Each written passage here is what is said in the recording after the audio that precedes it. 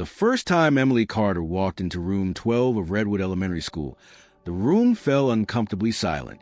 She was 9 years old but looked smaller, swallowed by the oversized sweatshirt she wore, her sleeves nearly covering her fingertips. Her shoes squeaked softly on the linoleum floor as she followed the school counselor to the front of the classroom, where Mrs. Jenkins stood with a gentle, practiced smile. "This is Emily Carter," the counselor said softly, placing a hand on the girl's shoulder. "She'll be joining your class starting today." Emily didn't meet anyone's eyes. Her head was slightly bowed, her body tense, as though the very act of being looked at was unbearable. She clutched a faded canvas backpack to her chest, and her honey blonde hair fell like a curtain between her and the world. Mrs. Jenkins, a seasoned teacher with more than 20 years of experience, immediately sensed the weight the child carried. "Welcome, Emily," she said warmly. "We're glad you're here." The counselor gave a quiet nod to Mrs. Jenkins before slipping out, leaving Emily alone at the front of the room. A few children exchanged glances. One or two whispered, but not loud enough to be heard. Mrs. Jenkins gestured to a desk near the window. "You can sit over there, sweetheart, next to Mia," she said. Emily walked slowly to the desk and slid into her seat without making a sound. Mia, a friendly and talkative girl with braids tied in pink ribbons, gave Emily a soft smile, which was returned. The girl didn't look up once during the introductions or the roll call. She just sat there, hands folded tightly in her lap, her eyes fixed on the surface of her desk. By recess, the rest of the class had already made up their minds about Emily. She was the quiet girl, the weird one, the one who didn't talk, didn't play, didn't even smile. Mrs. Jenkins, watching the window as the other children ran, shouted and laughed outside. Emily sat alone on a bench under a tree, tracing lines into the dirt with the tip of her sneaker. That afternoon, Mrs. Jenkins introduced an art activity designed to help students express themselves. On the whiteboard, she wrote in large, cheerful letters, "Draw a picture of your family at home." It was one of her go-to assignments for new students. Drawing helped them open up. It was safe. It didn't require them to speak if they didn't want to. The children took their crayons and colored pencils eagerly, chatting about moms and dads, baby brothers and pet cats. Mrs. Jenkins handed Emily a blank sheet of paper and crouched beside her desk. "There's no wrong way to do this, Emily," she said gently. "Just draw what you feel." "Okay." Emily nodded faintly, her lips pressed into a tight line. She held the crayon like it might break at any moment and didn't move for a long time. Mrs. Jenkins returned to her desk, but kept a close eye on her. Finally, Emily began to draw. She didn't use many colors, only red and black, occasionally gray. One by one, the children finished their pictures and brought them to the front. Smiling stick figures holding hands in front of houses with smoke puffing from chimneys, dogs with lolling tongues, moms baking cookies, dads mowing the lawn. It was innocent, loud, messy, the way childhood was supposed to be.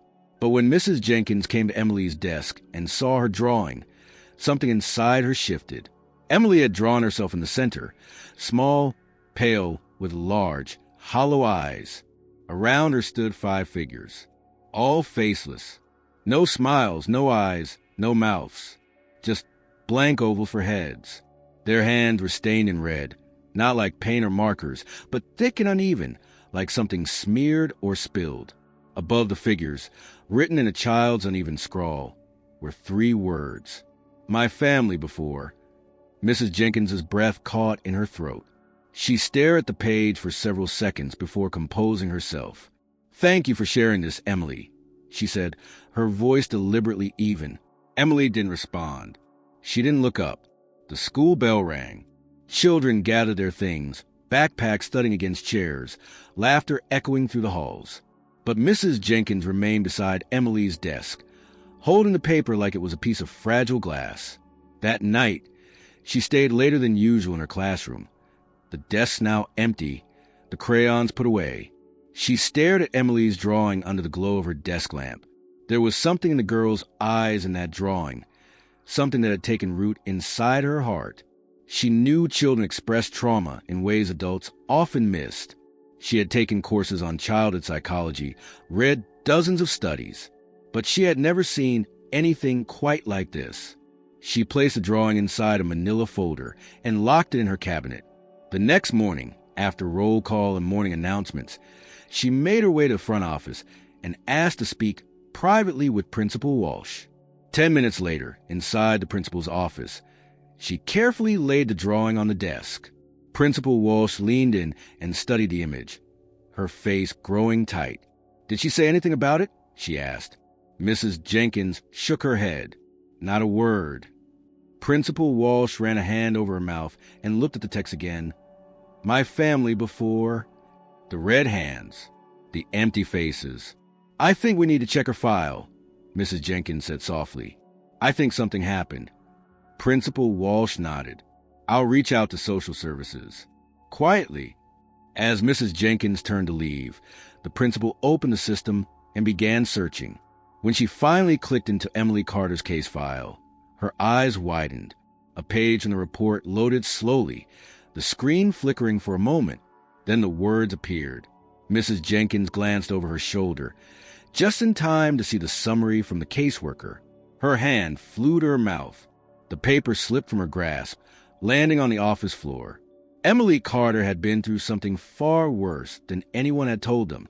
Principal Walsh stood frozen behind her desk, one hand still hovering over the computer mouse. The classroom buzz and playground shrieks felt a world away as silence fell between her and Mrs. Jenkins.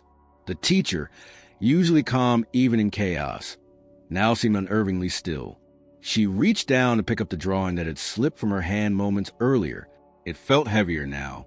The figures on the page, those faceless silhouettes with blood-red hands, seemed to pulse with a meaning neither of them had fully grasped yet. "I need to know what that report says," Mrs. Jenkins said, her voice low but firm. Principal Walsh didn't look away from the screen. Her eyes moved across the digital page with visible effort, as if the words were trying to pull away from her comprehension. "It's minimal," she finally replied. "A few lines. It says she was removed from the custody of extended family due to environmental instability and emotional neglect."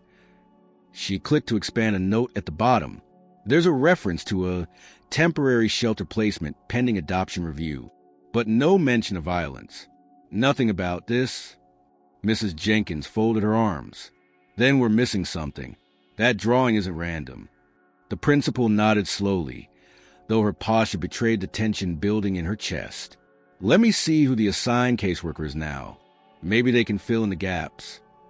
A few minutes later, they had a name, Sharon Delaney.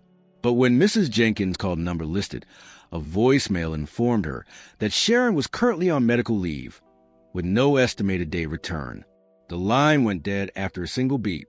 Back in the classroom, Emily was sitting in her usual spot, head down, pencil in hand. The other children were working in small groups, building dioramas for a social studies project.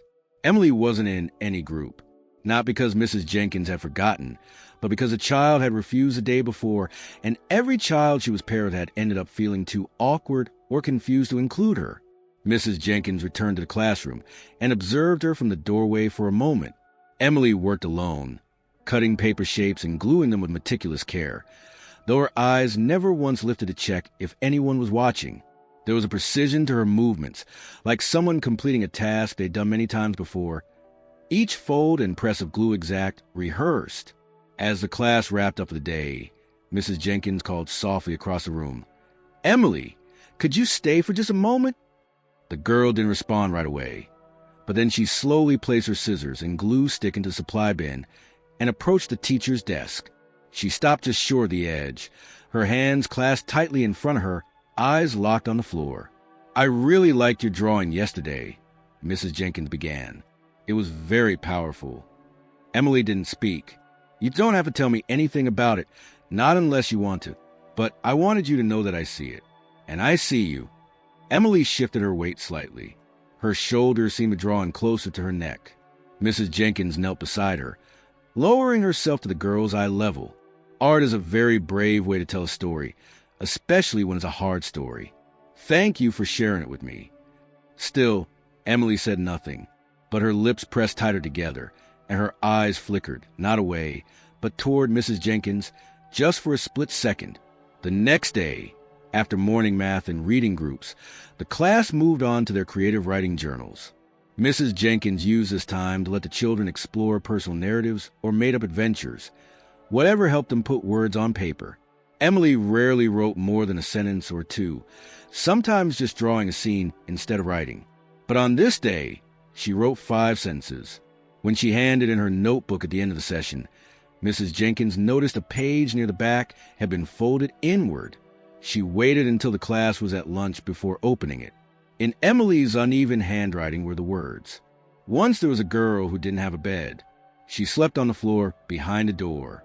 Sometimes they forgot she was there, but she remembered everything, even the night with the yelling and the red." Mrs. Jenkins felt a chill crawl up her spine again. She ran her hand gently over the page, stunned by the simplicity and devastation contained in those lines. She photocopied the page before returning the journal to Emily's cubby. That afternoon, after dismissing the class, she went back to the front office. "There's something seriously wrong," she said to Principal Walsh. "That drawing, and now this." She showed the copied journal entry. "This girl is telling us what happened to her, but no one has ever listened close enough to hear it." Principal Walsh frowned. "We need to escalate. I'll call the district liaison. Maybe they can fast-track access to the case files or get us in contact with someone who worked with the original social worker." Meanwhile, in her temporary foster home, Emily sat in silence at the kitchen table. Her current guardian, a woman named Dana, seemed kind but distracted, overworked and always on her phone. Dinner was frozen lasagna again. Dana barely spoke as she scrolled through emails. Emily ate 3 bites and said she was full. No one questioned her. That night, she took out a folded piece of paper from under her pillow and began to draw again. No crayons this time, just a pencil and a firm, steady hand. She drew a door. She drew herself behind it. She drew eyes looking through the crack. Her own eyes. And then she drew something else. A man's hand, holding a badge. A flash of silver. A loud voice. And behind it, her uncle's face, half covered in shadow. The following morning, she brought the drawing to school. She didn't say anything, just placed it on Mrs. Jenkins's desk before taking her seat.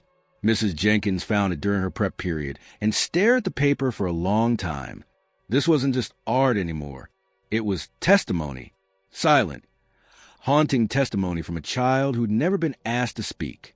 She now knew without doubt that something had gone terribly wrong in Emily's past. And whatever it was, it hadn't ended cleanly. It had been buried, covered up, and Emily, in the only way she knew how, was digging it back up. The counselor assigned to Redwood Elementary arrived 2 days later, summoned by the principal's increasingly urgent requests.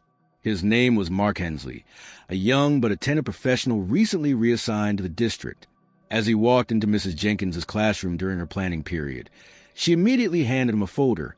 Inside, copies of the disturbing drawings, the folded journal entry, and a typed page detailing everything she had observed over the past week. Hensley took his time, scanning each image with furrowed brow, pausing especially long at the second drawing, the one with the badge, the uncle, and Emily hidden behind a door. "I reviewed her file last night after Principal Walsh called," he said, still staring at the paper. "There's not much there. The initial report says she was placed with her mother's brother after the accident. The social worker noted behavioral withdrawal, but no visible signs of abuse. They flagged emotional neglect as the reason for removal, but didn't pursue further investigation." Mrs. Jenkins leaned forward across her desk, voice low.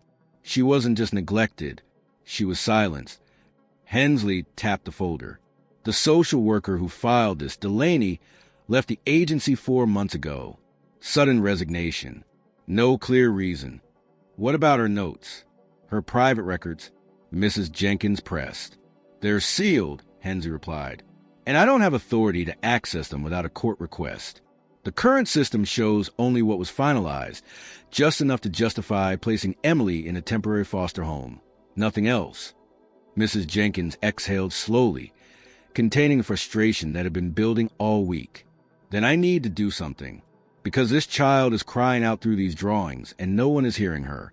She won't talk, but she's telling us everything she remembers in her own way, and it's horrifying." Hensley nodded. "You're right, but if we push too hard, too fast, it could shut her down even more. What she's doing now, drawing, writing, slowly sharing, it's fragile. If we try to force her to explain before she's ready, we risk re-traumatizing her." "So what do we do?" she asked. "I want to set up a quiet space, somewhere familiar, where I can start meeting with her, just once or twice a week. And you can keep encouraging her to express herself through art. No direct questioning yet, just gentle support." Mrs. Jenkins agreed. That afternoon, she rearranged a small reading corner in the back of her classroom into a semi-private creative station, just for Emily. It had fresh sketch pads, markers, colored pencils, and a small writing journal. Emily didn't ask why it was there. She didn't have to. She walked straight to it the next morning and sat down during free activity time, without being prompted. Each day after that, she created something new. One day it was a drawing of a girl standing in the rain while 5 shadowy figures stood under a dry roof nearby. Another day, she drew a bed without a mattress, just a blanket folded in the corner of an empty room, and then a page covered entirely in black crayon, with the words, "I wasn't supposed to see," scratched faintly in the center. Mark Hensley observed quietly, sometimes sitting near her, sometimes speaking softly, never pushing. He took notes but never interfered. It was clear Emily trusted no one yet, but she also wasn't hiding anymore. Each drawing was a breadcrumb left along a path back to a place she had never been allowed to process. One afternoon, while Emily was finishing a quiet drawing, a substitute custodian entered the room unexpectedly. He called out a greeting in a deep, booming voice, nothing aggressive, but loud enough that every child turned to look. All except Emily. She flinched visibly, ducking her head and pushing her drawing off the table. Mrs. Jenkins moved quickly to her side, picking up the paper and gently placing it back in front of her. The drawing had smudged from the fall, but its meaning remained unmistakable. A small girl cowering behind a closet door, a man's silhouette standing outside, yelling. Later that evening, Mrs. Jenkins stayed behind in her classroom again. She stared at a list she'd made, each entry pulled from fragments of Emily's drawings. The uncle's presence, the hidden space behind the door, the badge, the blood on the hands. She highlighted one detail, something that kept resurfacing in subtle forms, a locked door. Emily never drew locks directly, but always implied them. Door handles with chains, keys held by figures in shadow, doors with bars instead of knobs. It haunted her. What had been locked away, and for how long?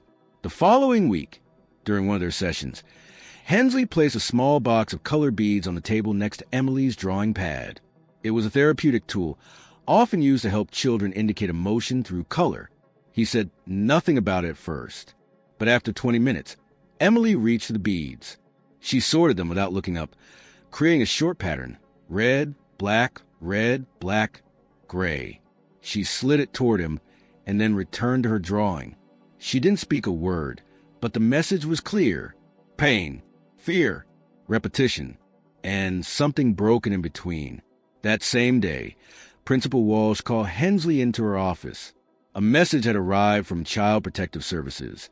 Someone from Emily's former neighborhood had anonymously submitted a tip referencing potential misconduct during the girl's initial placement with her uncle. The tip claimed the original caseworker, Sharon Delaney, had visited the home only once and never returned. The report was vague, but it was enough to prompt a reopening of the file. With that news, Hensley met with a county psychologist and submitted Emily's drawings and journal entries as supplementary evidence. They would now be considered part of the inquiry. Though not formal testimony, the materials demonstrated a consistent pattern of trauma expression and possible suppressed memory. The next time Mrs. Jenkins entered her classroom, Emily had left a new drawing on her desk, this one more colorful than any before. The paper showed a classroom filled with smiling children and one tall figure standing at the front. The teacher, her, but in the corner, hidden behind a bookshelf, was a small pair of eyes watching from the shadows. Mrs. Jenkins traced the image with her fingers and realized something had changed.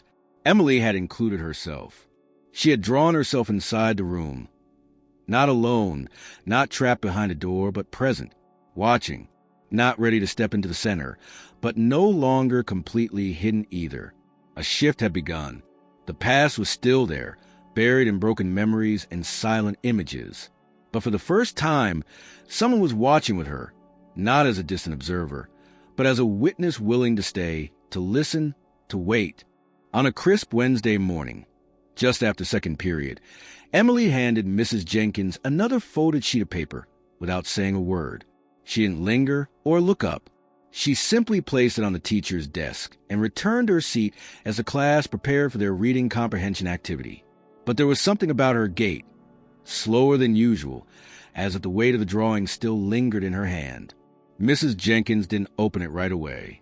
She waited until the classroom had settled into the rhythm of whispering page turns and scribbled answers, then carefully unfolded the sheet beneath her desk, shielding it with a folder to avoid any curious glances.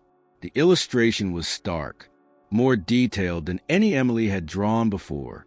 She had used a graphite pencil to sketch what looked like a room, perhaps a living room or a study, with a table in the middle and a window cracked open in the background.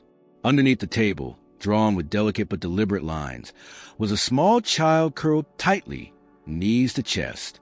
The focal point of the drawing, however, wasn't the child. It was the two adult figures standing near the doorway. One wore a badge. The other had heavy, dark eyebrows and clenched fists. Both had speech bubbles scribbled above their heads, but the words inside were smudged to the point of unreadability. Only a few letters remained visible. Say quiet and not report. Mrs. Jenkins stared at the image for several minutes, her heart pounding in her chest. This was more than a memory. It was a moment, a real interaction that Emily had witnessed, one that now raised new and chilling questions. Why would a child remember a conversation between an officer and her uncle? Why was she hiding under a table? And why were the words erased, as though the memory itself had been scrubbed out? Without hesitation, Mrs. Jenkins requested an urgent meeting with Mark Hensley and Principal Walsh. Within the hour, the three were seated in the front office conference room, the drawing placed carefully on the table between them. Hensley was the first to speak after examining the image closely. "She's depicting a visit," he said. "This wasn't just some imagined scene. Look at the posture, the way the table legs are proportioned around her. She was under there. She saw this. Which means law enforcement entered that home while she was still living there," Mrs. Jenkins added, her voice trembling with restrained anger. And whatever happened in that conversation, it wasn't to help her. Principal Walsh remained silent for a moment before finally speaking. "I'll contact the County Child Protection Unit again. If this wasn't the original report, it needs to be investigated." Mark nodded, already reaching for his phone. "And I'll file a secondary witness referral. These drawings, now that there's a pattern and narrative emerging, qualify as persistent disclosures." Over the next few days, Emily continued her pattern of quiet observation and withdrawn behavior. But the drawings grew more intentional. No longer abstract or symbolic, they now formed a timeline. One showed a bedroom with scratch marks near the door handle. Another, a hallway with a single light bulb hanging overhead and darkened rooms on either side. And then, a series of 3 images sketched on consecutive days.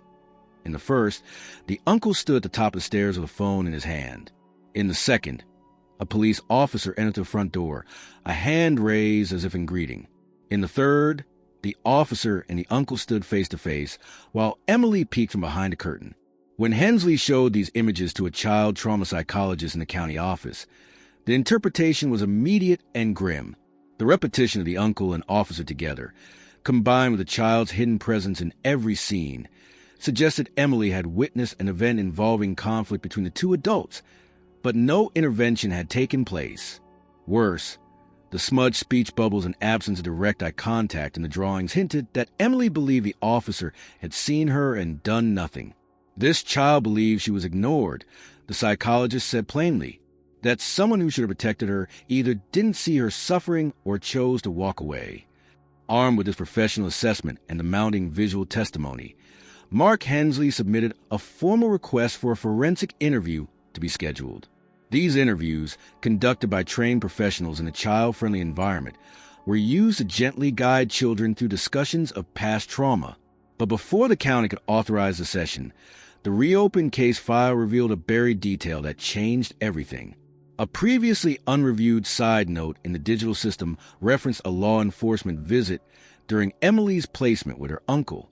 The reason for the visit: a neighbor's complaint of shouting and suspected child neglect. The case was closed within 24 hours, marked unsubstantiated. The responding officer's name was redacted, but the date matched one of Emily's drawings, the one with the window open and the badge in the doorway. This wasn't just a child's nightmare memory.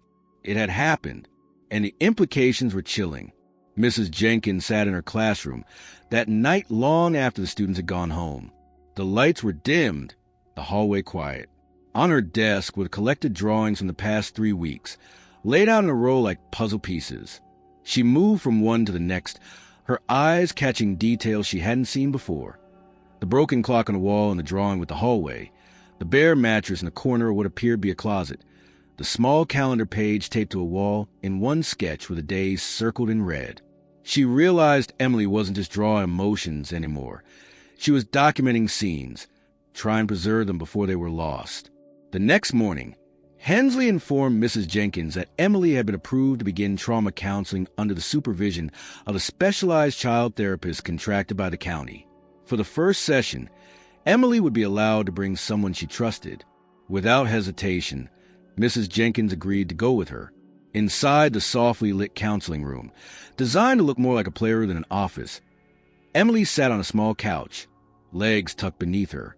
The therapist introduced herself gently, explaining that they would spend time talking or drawing, whatever Emily preferred. Mrs. Jenkins sat a few feet away, giving her space but remaining present.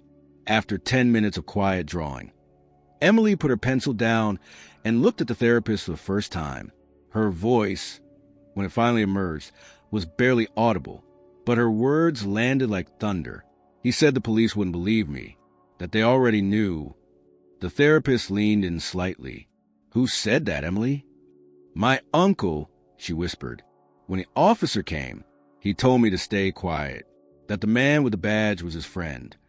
Mrs. Jenkins closed her eyes for a moment, feeling her hands tighten on her lap. Emily looked over at her teacher then, really looked, eyes meeting hers without fear. "You believe me, right?" Mrs. Jenkins nodded, her voice steady. "I do. I always have." For the first time since Emily had entered her classroom, she smiled. It was faint, fleeting, but was real. The truth had begun to rise, not in screams or accusations, but in pencil lines and fragments of memory. And now, finally, someone was listening. In the weeks following Emily's first spoken disclosure, the atmosphere around Redwood Elementary shifted. Subtly at first, like the changing of seasons. Emily still arrived quietly each morning, her eyes cast downward, her footsteps careful. But something in her posture had begun to change. She no longer curled into herself as she walked the hallways. She didn't flinch at every loud sound. And once, just once, she had waved to me at recess. A simple flick of the hand, uncertain but intentional. For those who had been paying close attention, Mrs. Jenkins most of all, it was as loud as a scream of defiance against everything that had tried to silence her. The therapy sessions continued, each one unraveling more of the tightly bound trauma Emily had carried alone for years. The therapist, patient and unwavering, worked through the images, the partial memories, the fractured sentences that emerged in cautious fragments. Emily spoke rarely, but her drawings became more frequent, more detailed, and most notably brighter.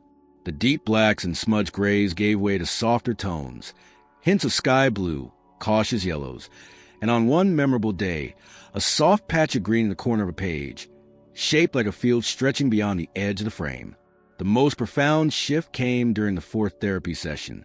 Emily arrived carrying a folded paper clutched in her fist, refusing to let go until she was seated. She handed it silently to the therapist, who unfolded it with care. It was a portrait, rough, sketched in colored pencil, but clearly drawn with intention. In the center were two figures. One was clearly Emily herself, standing in front of a small house. Beside her stood a woman with soft eyes and a hand resting on Emily's shoulder. The colors were warm, the lines gentler than usual.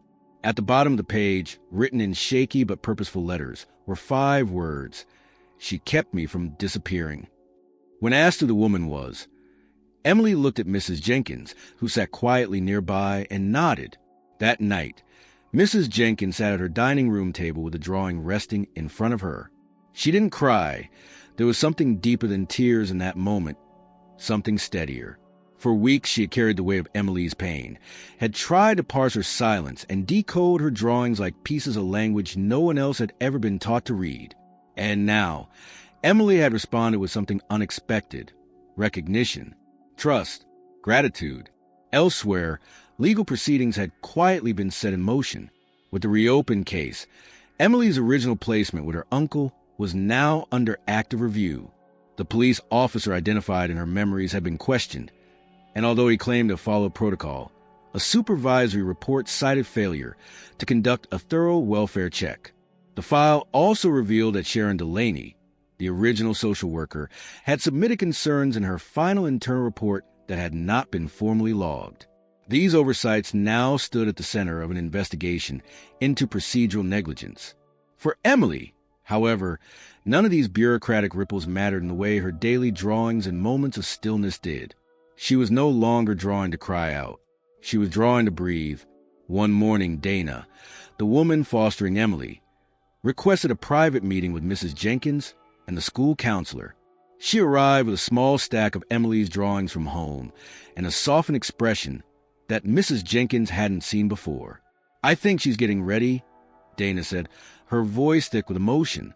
"She's not there yet, but she's been asking questions about real families, about how people know when someone's theirs. She's been drawing us too, not just me, our dog, the backyard, even the kitchen. And she said she wants to go with me next time I visit my sister. That's never happened." Mrs. Jenkins listened without interrupting. The weight of those words, "she's getting ready," was more than hope. It was a horizon. At school, Emily continued to gravitate toward the creative corner, but now she wasn't alone. Mia had started sitting with her during quiet time, and though Emily didn't always respond, she allowed the presence. Occasionally, she even slid a crayon toward her or nodded in response to a question. Small gestures, barely visible from a distance, but monumental in their meaning. Then, just before winter break, Emily arrived early to class one morning and placed a large folded paper on Mrs. Jenkins's desk. The teacher recognized the now familiar ritual, the silent offering. But when she opened the paper this time, she had to sit down. The drawing was vibrant, colored with care. It showed a row of people standing side by side in front of the school. There was no chaos, no shadow, no blood-red hands. In the center was Emily, arms stretched outward. To her left was Mrs. Jenkins. To her right, Dana. The expressions were soft, smiling, and in the sky above, Emily had drawn 2 additional figures, floating, surrounded by a golden hue, a man and a woman holding hands, watching what was seen below. Written in the corner, in the same uneven handwriting, were the words, "My family now and always." Mrs. Jenkins pressed the paper to her chest and closed her eyes, overwhelmed not by sadness this time, but by a quiet, triumphant peace. The final days before break passed gently. Emily participated in the class holiday project, contributing decorations and, miraculously, a few lines of a poem during a reading activity. She didn't read aloud, but she allowed Mia to read her poem to the class. It was about stars, and how some stay even when we can't see them. During the last school day of the year, as students filed out with their backpacks and winter crafts, Emily lingered. She approached Mrs. Jenkins with final drawing, one she pulled from her backpack with visible care. It was a portrait, just 2 figures this time, Emily and her teacher.